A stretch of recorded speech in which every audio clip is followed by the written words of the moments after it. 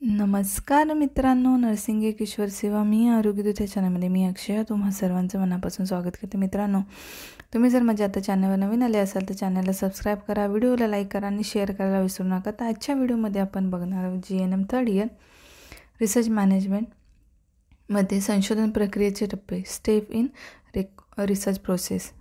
कोणते टप्पे आहेत रिसर्चचे ते बघणार आहोत. तर आपण बघूया. चॅनलवर नवीन आले असाल तर नक्की सबस्क्राईब करा, व्हिडिओला लाईक करा आणि शेअर करायला ज्यांना गरज आहे तिकडे विसरू नका. चला तर मग आजच्या व्हिडिओला सुरुवात करूया. तर एक क्रमवार प्रक्रिया म्हणजे संशोधन प्रक्रियेचे टप्पे अगदी पहिल्या टप्प्यापासून म्हणजे समस्येचा शोध घेण्यापासून ते संशोधनाचा निष्कर्ष इथपर्यंत पोहोचवण्यापर्यंतचे टप्पे पाहिले त्या संशोधन प्रक्रिया रिसर्च प्रोसेस असे म्हणतात. एक क्रम म्हणजे जे संशोधनात निष्कर्ष इतरांपर्यंत पोहोचवण्यापर्यंत जे टप्पे पायऱ्या आहेत त्यांना संशोधन प्रक्रिया म्हणतात. संशोधन समस्येचे आणि विषयीचे टप्पे कोणते आहेत? तर पहिला टप्पा आहे संशोधन समस्येची विषयाची निवड. संशोधन समस्येची अथवा विषयाची निवड, research topic, selection of the research topic. दुसरा आहे संशोधन समस्या विषयाचे सूत्रण. त्यानंतर तिसरा आहे संशोधनाचा हेतू, उद्दिष्ट विशद करणे. संशोधनाचा हेतू किंवा उद्दिष्ट कुठले आहेत ते विशद करायचे, डिफाईन द ऑब्जेक्टिव्ह. त्यानंतर चौथा आहे पूर्वसाहित्याचा आढावा घेणे, रिव्ह्यू ऑफ अवेलेबल लिटरेचर, म्हणजे पूर्वसाहित्य जे आहे त्याचा आढावा घ्यायचा आहे. पाचवा आहे संकल्पनात्मक सैद्धांतिक चौकट तयार करणे, फ्रेमिंग कन्फ्युजल थिओरिटिकल. ठीक आहे.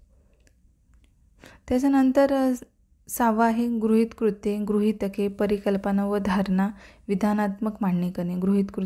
गृहीतके, परिकल्पना व धारणा विधानात्मक मांडणी करणे, फॉर्म्युलेशन ऑफ द हायपोथिसिस आणि अझम्पशन. त्याननंतर गृहीत कृत्ये हे कळालं सहावं. त्यानंतर आहे सातवं संशोधन आराखडा बनवणे, प्लॅनिंग द रिसर्च डिझाईन.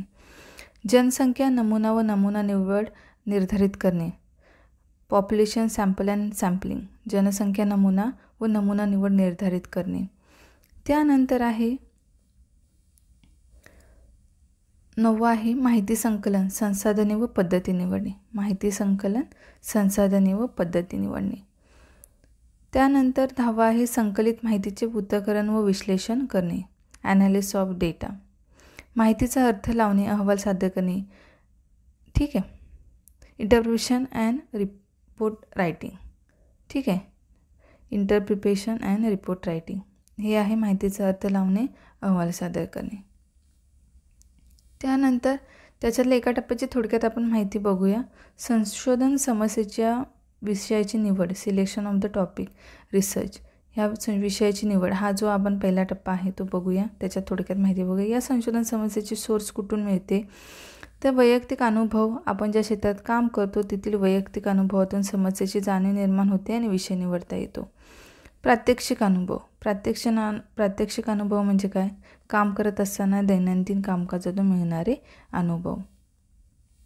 त्यानंतर आहे गटचर्चामधूनही बऱ्याच समस्या मिळतात, ग्रुप डिस्कशनमधून. विषय तज्ज्ञांबरोबर चर्चा करताना बऱ्याच समस्येचे मूळ स्रोत मिळते, म्हणजे एक्सपर्टसोबत चर्चा करताना आपल्याला बऱ्याच समस्यांचे मूळ स्रोत मिळते. एखादा सिद्धांत, थिअरीचा अभ्यास करताना त्या सिद्धांताच्या अनुमान पडताळणी करण्यासाठी संशोधन करता येते. एखादा सिद्धांत, थिअरीचा अभ्यास करताना त्या सिद्धांताच्या अनुमान पडताळणी करण्यासाठी संशोधन करता येते. अशा प्रकारे आपण संशोधन समस्येची किंवा विषयाची निवड, selection of the research topic, त्या एका पायरीबद्दल थोडक्यात माहिती बघितली. तर आता हे आहेत आपले संशोधन विषयाचे टप्पे. संशोधन समस्येची विषयाची निवड, संशोधन समस्येविषयीचे सूत्रण करणे, संशोधनाचा हेतू उद्दिष्ट करणे, संकल्पनात्मक सैद्धांतिक चौकट तयार करणे, गृहीत कृत्ये, गृहीतके, परिकल्पना, धारणा विधानात्मक मांडणी करणे, संशोधन आराखडा बनवते, जनसंख्या, नमुना व नमुना निवड निर्धारित करणे, माहिती संकलन, संसाधने व निवड पद्धती करणे, संकलित माहितीचे पृथक्करण व विश्लेषण करणे, माहितीचा अर्थ लावणे, अहवाल सादर करणे. अशा प्रकारे हे आहेत संशोधन प्रक्रियेचे टप्पे, स्टेप इन रिसर्च प्रोसेस. तर अशा प्रकारे हा रिसर्च मॅनेजमेंट क्वेश्चन होता. आणि आपण लवकरच भेटणार आहोत पुढच्या व्हिडिओमध्ये. तोपर्यंत काळजी घ्या, मस्त राहा, स्वस्थ राहा. धन्यवाद. पुढच्या व्हिडिओमध्ये लवकरच भेटू.